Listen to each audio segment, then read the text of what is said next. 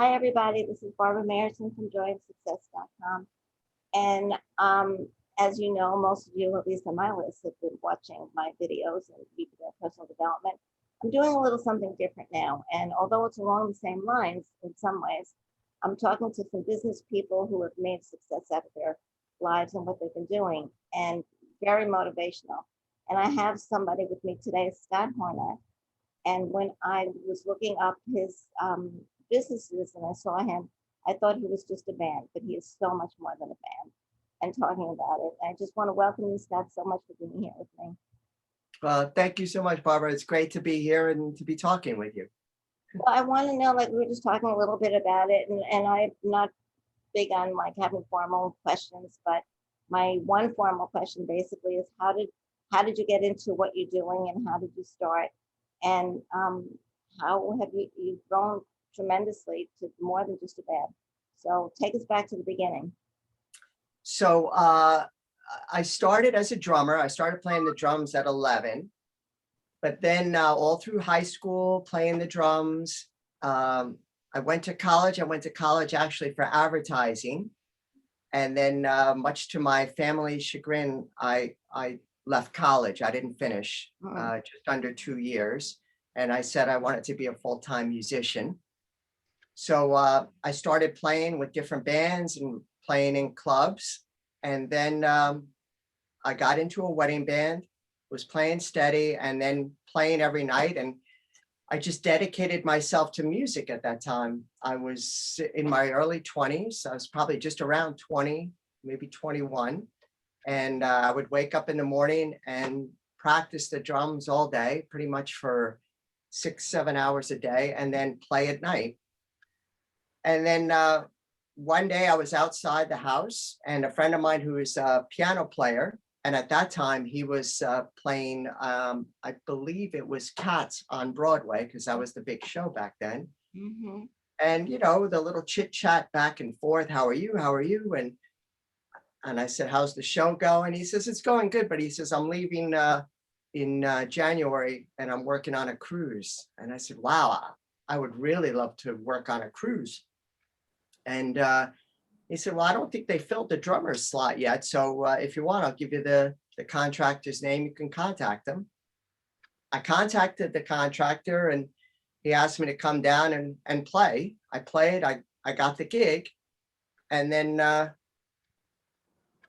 I guess it was mid-December, I got a call from the contractor saying, you know, you're all set for leaving in January. It's going to be a world cruise. You're going to be gone for 4 months. You're going around the world. Wow. But now I need somebody to play the Christmas cruise in December around the Caribbean. Now, at that time, for a musician, the holidays were huge. And playing around Christmas, New Year's Eve especially, was triple scale. It was unbelievable back then. Wow. Where on a cruise ship, you're just getting a flat salary and you don't really get paid a lot of money at all. But you have free room and board. But I mean, you really don't get paid a lot of money and you could work a lot.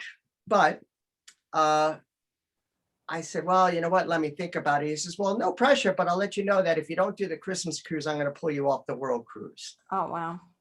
So I pretty much thought about it for 5 minutes and said, I'll do it. So I get on the cruise. Now, my friend wasn't on the Christmas cruise. He didn't come on until January. But on that Christmas cruise, I got torn apart by the band leader. He told me I wasn't up to his expectations of a drummer. He actually said to me many times he hated the way I played. I don't know how you got this gig. You shouldn't be here. I mean, pretty much for 2 weeks, I was tortured. And then one night, because you would go down to the Lido and have coffee after you finish playing at night. And I won't say his name, but you know, what is it about my playing that you just don't like? You know, I'll work on it. And he said, you know what? I don't even think it's about that. I don't think you're a good musician. So I don't think there's anything you could do. So I was crushed, heartbroken. And then I got through that, come back to New York, and I was only in New York for 8 hours. My family had come to see me, and then kissed goodbye, and that was it. Now remember, this is now 1982. There were no cell phones. To get in touch with anybody was ship to shore radio, and it was I forgot, a couple of dollars a minute for a call. So it was a lot of letters, and they would send letters to different ports. Worked on the cruise ship, and then here I was with the contractor, all the big guys, and they all loved my plane. But it was interesting in the beginning. I said to the piano player on that ship, on that cruise, and these were really heavyweight players that were just so nice. And I said, how come nobody says great job, like at the end of the night, or you sound great? And he looked at me and he says, if you weren't doing a good job, you wouldn't be here. Wow. Wow. You're on a different level, Scott. Once you're here, don't be insecure. Just play and do what you're hired to do, and everybody's going to be happy. Mm. So that was really kind of a big boost after being torn apart for 2 weeks. Right. And, I even told my daughter that same story. Now she got her first job, and one of the managers, she said, I think he likes me, but they never say this, they never say that. I said, well, honey, you're working, you keep working, they're happy with you, just go with it. This is life. You're not going to get patted on the back for everything that you do. Just do your best every time, and you'll know when somebody's not happy. So now fast forward, this is how we started the company. I was actually docked in Bombay, India. I go to get off the ship, and I'm headed to the gangway, and I see this one passenger. Now, you've been with the passengers for 3.5 months now out of a 4-month cruise. And I see him in the lobby, and I say, Mr. So-and-so, are you going ashore today? And he says, no, Scott, you know what? I've been here 8 times. I'm just going to stay on board and play backgammon. And I'm thinking, 8 times on the world cruise, it's 4 months. So being 22 years old, I mean, I would never ask anybody this question now, but I said, Mr. So-and-so, can I just ask you, how did you get to be in a position where you could take off this much time, and not being too personal, but how can you afford to do this 8 times? I thought this is a once in a lifetime journey for many people. And he says, well, for many people it is. He says, I'm very, very fortunate. He says, but Scott, I have to tell you, if you really want to make something of yourself, you have to go for it and jump all in. And the biggest thing is go for it and don't have anything to fall back on. Because if you do have something to fall back on, you will. Wow. Don't have a plan B. And that, and yes, it was pretty scary. It's like being a trapeze artist without the net, because there were many times in the beginning where, you start a music company, nobody knows who you are. There was no social media. You had to advertise. You had no money. And then I started with a business partner of mine. And he was a trumpet player. I was a drummer. We found musicians and just slowly building it up. And Wow. pretty much everything we made, we put right back into the company. Wow. However, there were months where we didn't make any money. And, you kind of, those are the nights where you're laying in bed like, I probably shouldn't have quit college. I probably shouldn't have done this. What am I doing? I'm not even a business major. I don't know business back then. I took advertising classes, and I wasn't even a good college student. And I still say I'm not the smartest guy, but you surround yourself with smart. people that are smarter with you. You find a good accountant, you find a good lawyer, and people that you can trust. And unfortunately, going through the years, you find people that took advantage of you as well. But Right. you try and get through, and then you kind of know the questions to ask after a while. And then we just started building and building, and our whole philosophy, which we still do now, is just trying to exceed your expectations, whether it's service, whether it's the performance. You know, I'll return people's calls when I'm on vacation, even if I'm in Colorado skiing. You know, I get a voicemail where the office calls me. I'll call that person back after I finish skiing, but that night I'll call them back. Or I've even had people where they want to talk in the morning. If I was skiing in Vermont, say, and I said, listen, first chair is at 8:30 in the morning. If you could talk at 8 o'clock in the morning, I'll talk to you right up until I get on the ski lift. Wow. Wow. So I just, I think you just commit yourself to what you're doing, and Yeah. you never, I think they say, if you do what you love, you never work a day in your life, right? Right. So I love what I do. I really do. So you just keep going and going, and you just work on things and try and perfect things. And that feeling when you blow somebody away and just make them feel good, whether it's the performance or, working out an unbelievable package for them, or doing something they didn't think could be done, or surprising them with something, that feeling, it just gets you right here. It's priceless. So, That's amazing, because a lot of people, like I said earlier before we started recording, quit before they hit a hard spot and they quit and they don't keep on going.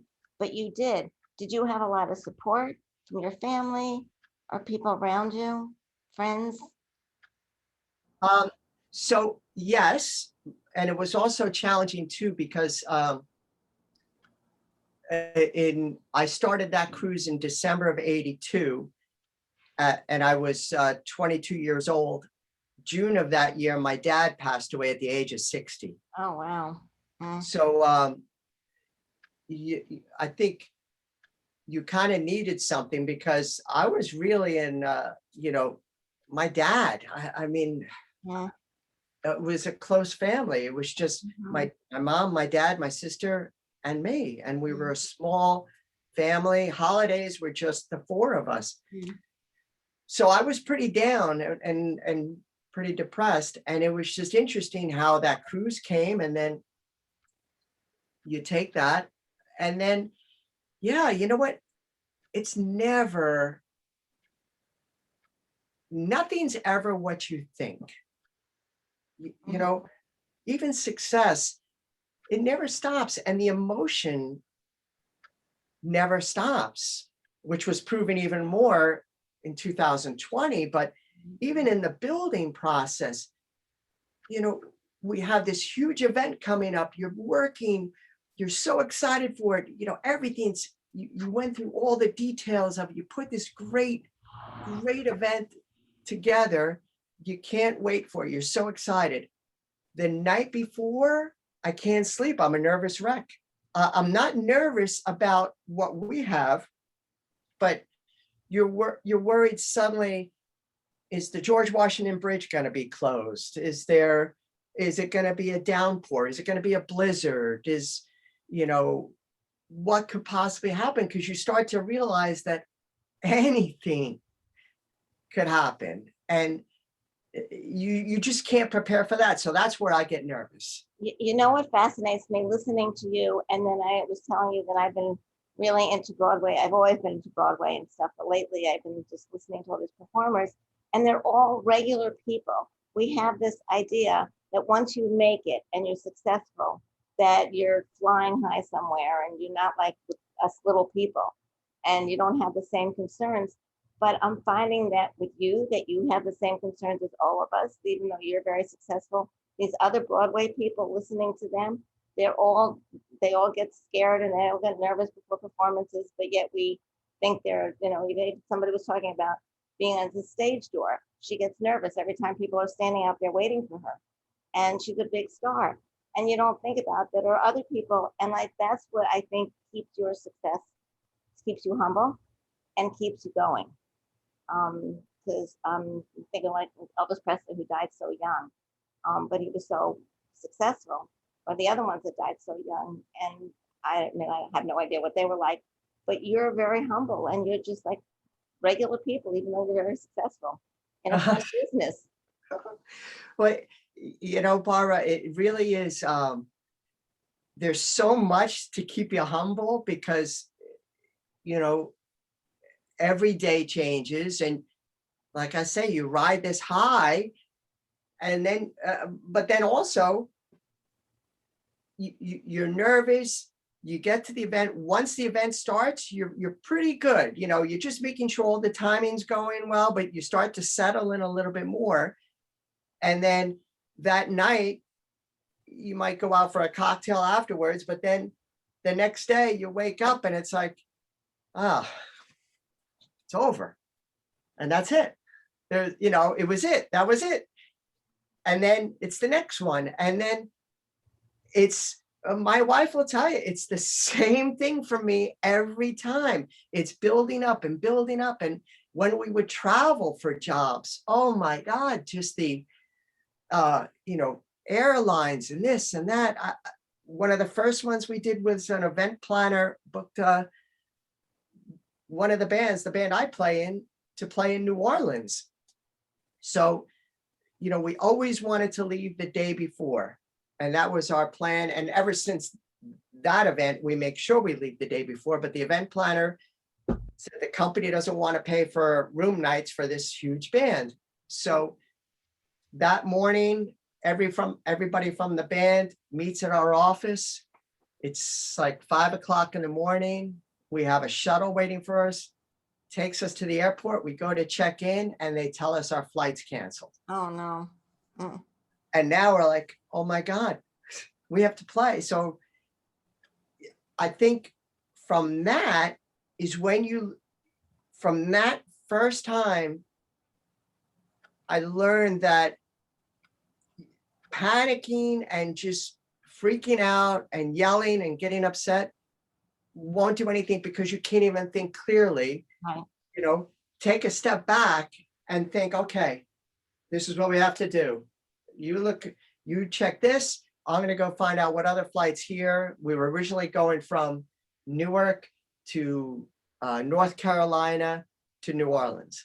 So let's see if we can get that. We're definitely going to now miss our connecting flight, so we have to work that out. And then, so long story short, everything works out. We get down there. We're still there in plenty of time. We check in. We're relaxed. Go to sound check. Everything's great. Come back.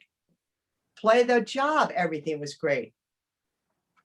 The next morning, we go to leave, confirm the flights. Yes, we're all good.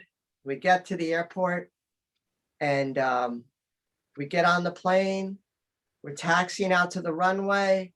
He makes the right turn on the runway and he never really kicks it in. He just taxis and taxis. And then the pilot gets on the radio and says, ladies and gentlemen, I'm sorry, the flight is canceled, and pulled back in. Oh my God. So here we go again. So now I got to get everybody home. So right away, I call our assistant at the office. I said, listen, the flight is canceled. Let me work on something here. I see everybody piling over to one of the ticket agents, by the gate over here, but I see somebody over there. I tell my partner, you stay here, stay on this line. I go over to the other one. We start talking.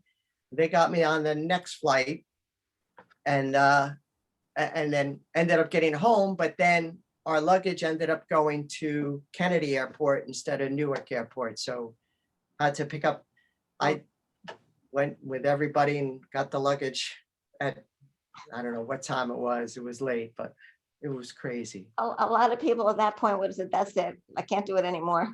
But then you can't, nothing is perfect, right? Nothing is Right. perfect. Right. I think that's the thing. I think that if you have the right people around you and you have that attitude, that nothing is perfect and that you keep on going and you don't give up. And if you love what you do, you know that there are gigs that you're going to be fabulous doing and that you're going to love doing. And the next one you'll love too. And I was thinking as you were talking, like people, I remember one of my neighbors was pregnant a couple of years ago, and she's like, "Oh, yeah, I want this over with already." I said, "Your kid's going to be in college before you turn around." It's so And true. now she's 5 years old or something, and she's got another one. But that's the thing, that like life goes by so fast, and that if you just kind of go with it and the ups and downs. I mean, I think just knowing that life is ups and downs, and just go with it and run with it. And it sounds like you have a pretty level head on your shoulders, even if things can get a little crazy. Well, you know what? You just have to, and you just, you know, since even, since 82, I mean, I lost my mother in 2002, and I lost my sister in 2016. Wow. Wow. So there is a finite time. I mean, we're only here for a short amount of time, and now I've seen it, and I've seen that it can just go. Yeah. You only live once. Go for it. Yeah. And it's not going to be easy. You know, you hear all these different stories. I think I heard it was Ron Howard on an interview saying, they pitched this movie to so many different studios and everybody turned it down. And then the one studio that took it, then, it's a big hit. Yeah. But he still has to keep pitching. The door opens very often, but people don't want to take the chance. Don't give up. Just keep going. Why do you think people do give up? Why do you think they're not Ron Howard, so they're not you, and they just give up? Why do you think that happens? Because it's hard. Emotionally, it's hard. You Mhm. know, uh, you, it, you, I think in every business, you're hearing no a lot. And just don't take it personally. And just think, somebody's asking you to do something, a business opportunity is coming. It's risky for this or that, or there's other people out there doing what you're doing. Don't give up. Just keep going for it. Stay positive and be persistent. There were some of the accounts that we work with. I know one hotel took me 8 years, and it Wow. was just keeping in touch with them. You have to build your relationships, and you're trying to, court that person to show them that you've got the character and you're responsible. And just calling somebody up on the phone and I'd be interested in working with you, there's some stranger calling them, Right. you Right. know and even now, not everybody wants to do business with us, but then there's more that do because your name is out there, but Mhm. you've built that up. But still, I still get no's, but you keep going, and that's what drives you.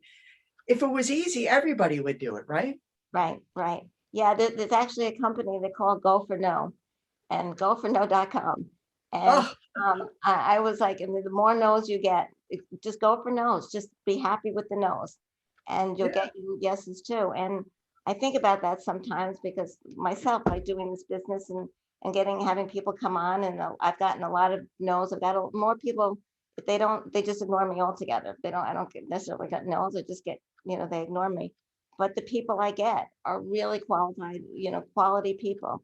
And they're supposed to, and the other ones, so yeah, just keep on going. And even if you get in a fork in the road saying, I'm not sure this is what I want to do, but then you remember, I really love doing this, so I'm going to do this, or maybe find a different way or something. And that's what you've done. I mean, you've been amazing. Now you were telling me that you do bands. Well, I know the last year has been crazy, but like before that, all over the country, all over the world, you said you had people. Yeah, down in Mexico, we do a lot upstate New York, Tampa, Florida. We were working on an event out in California. So do you So, get them together? Do you get the bands together? You know them, or how does that work? well, it's the bands from here, our bands, Oh, and then you're putting together the package. I mean, I even actually played in Rome for the Pope. Wow, how amazing. That's Pope John Paul. That was 1988, I think, 88 or 89. wow. Wow, that so it's your band and you just go flying all over the world and people come, you do weddings and parties and events and all kinds of fun stuff. To me, it's all fun. It's all exciting. Yeah, well, it was interesting for the Pope. This this church hires our musicians to play, and they were going over and asked, I guess it was 4 or 5 of us to go along with their choir. Hmm, So, but then again, I got to tell you, things didn't go smoothly there. So you're dealing with a rental company in Italy, and they're a little bit more lax on their timing. And I'm standing in St. Peter's Square waiting for the big kettle drums to show up, and I'm waiting and waiting and waiting. And the rental companies in New York, they come, they bring things right in, and they set it up for you. Here comes this little van screeching up in front of St. Peter's Square, and they get out, they just dropped the timpani there. I had to sign, and then they took off, and I was like, okay, fine. Now here I am in a tuxedo, and Nick, who's was my business partner as well. We're rolling the timpani on the cobblestone of St. Peter's Square up to the Vatican, to do an audience with the Pope. wow. And it was just crazy. And then we were in a CC, and the equipment never showed up for me at all. God. So all I had was a tambourine and I think finger cymbals and some shakers, and that's all I had. It felt pretty stupid. Yeah, I shouldn't say stupid, silly playing like that, and that was in a CC. Yeah. But I think like one of the things that I'm learning, especially like listening to you, listening to these Broadway people, it's, as you can tell, I'm obsessed with it at the moment. That people don't know, and the audience does not know all the trials and tribulations, or if you say something wrong, or like if they forget a line, they'll just kind of jump in and like people, the audience doesn't know. So if you kind of have that idea, like, I messed up, I don't have this, but the audience doesn't know. And they think whatever you're doing is fabulous anyway. So I think, just to be lighthearted as much as you can be about it. And I think just in life in general, Yeah. the personal development world is, we get very serious a lot of the time and meditate and, this doesn't work and that doesn't work and we're kind of giving up. But just, you've been such an amazing motivator here for all you people that are out there trying to, have their businesses going and don't give up and listen to what Scott does. It's a lot of fun. And just keep on going because life is short and someday it's going to be over and you're not going to remember the times that you were, I didn't have much going on in Italy. I just had my little tambourines and that. You're not You know gonna what? You learn from everything, and even what we were saying before with the nose, change the way you spoke to somebody about it, change the way you pitched your story, learn from everything, and take everything, and that's how you just get better. You don't automatically just become a great reader, a great businessman, a great this or great that, or drums. You practice and practice and practice. Just keep going at it, and it's the personal development. That's exactly what it is in your mind. I just want to get better at this. And you can. Your mind is very powerful. Right, right. It's everything. And maybe I've been doing personal development for a long time and maybe starting out with those people and now expanding and realizing it really is personal development no matter what you do. And it's just making sure that your mind is in the right direction and don't give up and just go for it. Well, Scott, I appreciate this so much. This has been so much fun. And I know you guys are out there, and I'd love to hear how you thought about meeting with Scott and what he had to say. And you keep on doing your business or find what you want to do and just go ahead and do it. So thank you for joining me. Thank you, Scott, so much. Thank you